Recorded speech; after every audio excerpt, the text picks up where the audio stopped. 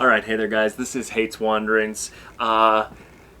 With this coronavirus and everyone staying at home, we're trying to find ways to keep busy, and I got a really cool tip for you guys today. If you want to skip ahead to when I start actually doing this, go to this number on the screen right now.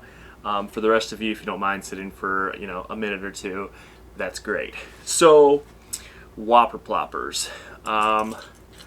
Whopper Ploppers are awesome. They are a staple of bass fishing. We have, the 190 size. We got the 130 size. We have the 90 size all the way down to the 75 size. So, what's awesome about Whopper Ploppers is they work, they catch fish, but there is something you can do to improve that action of the Whopper Plopper. If you've ever been muskie fishing, you would know that almost all muskie plopper baits, like this one right here, almost all of them have heat shrink tubing on the end of them to keep those hooks straight out the back. So what I'm going to show you guys today is how to take your Whopper Plopper and how to add the shrink tubing to the end of it. Now you'll notice right here, I actually have clear tubing on these. Most of these baits have the black tubing, but I actually have clear tubing, and hope you guys can actually see that. So shrink wrap tubing comes in a variety of different sizes and colors, and I'll show you guys what we have right here.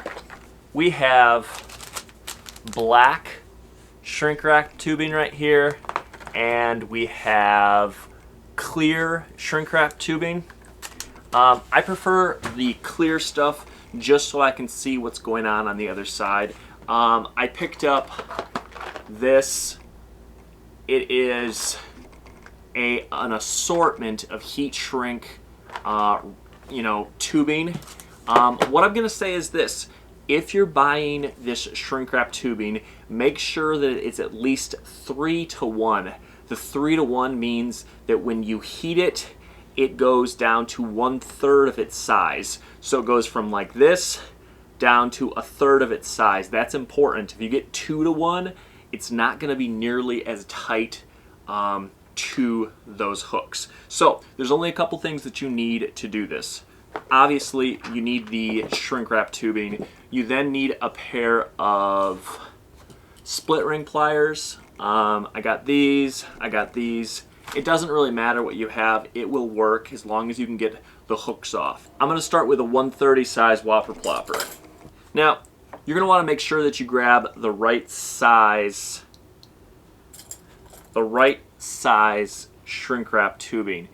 We have a couple different ones right here. I don't actually know what size they are, but the big thing is you want to make sure that the size can get over the split ring. Okay, if it can't get over the split ring, then it's actually too small. So what you're going to want to do is make sure that when it's long enough that it's going to cover the hook and the split ring and part of this part that comes down at the end. You do not want it to go all the way up onto this.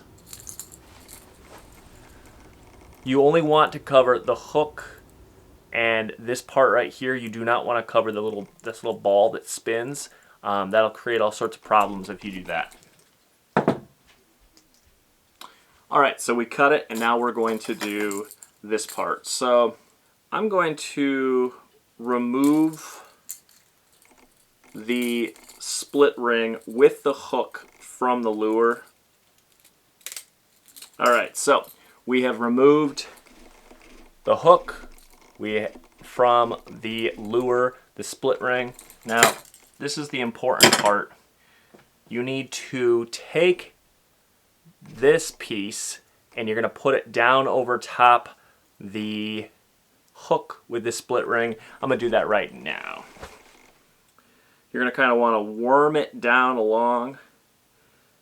Worm it along until you can get the split ring.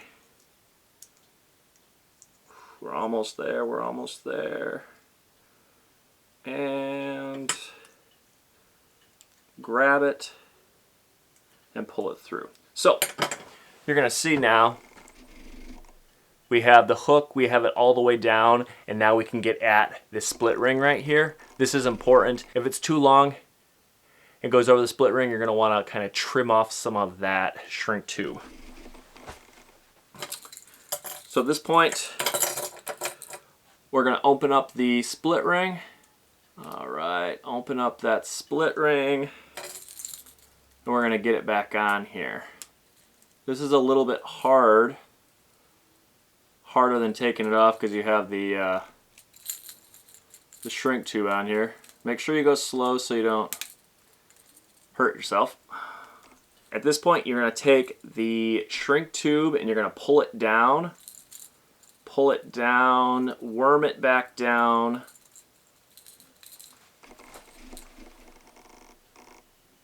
And you're going to want it so that it is right about there. You want this bottom hook facing sideways like this. So one hook goes straight up.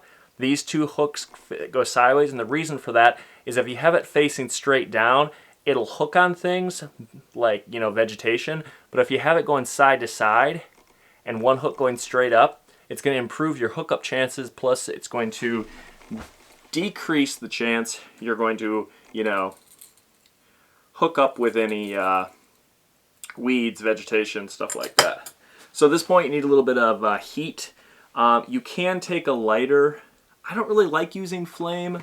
I'd rather use a heat gun. So I got a heat gun here, and we're going to heat it. It's important when you heat this that you keep the hooks going, you know, horizontal out the back. We're going to just heat this up right now.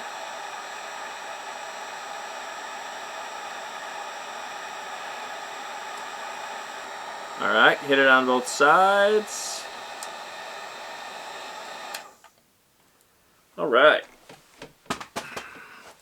So at this point, while it's, you know, cooling down, just make sure that you kind of pull it straight just the way you want it. And at this point, I'm going to hold that up closer so you guys can see it. You now have a clear shrink tube to that Whopper Plopper. It's going straight off the back like that. And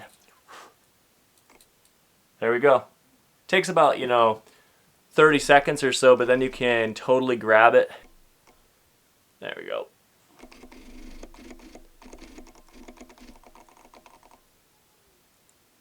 Perfect. So this style will work for the 130, and this is the 130 size, but it will also work all the way down to the 75 size Whopper Plopper. You just need to make sure that you lower the size of your heat shrink tubing. It takes a little bit of, you know, working with it a little bit to see which size is going to work. Again, the big thing, it just has to be able to go over the split ring. There you go. That's my tip for you guys. All you bass fishermen, this really does help. You know, you're not going to have those hooks dragging so low in the water.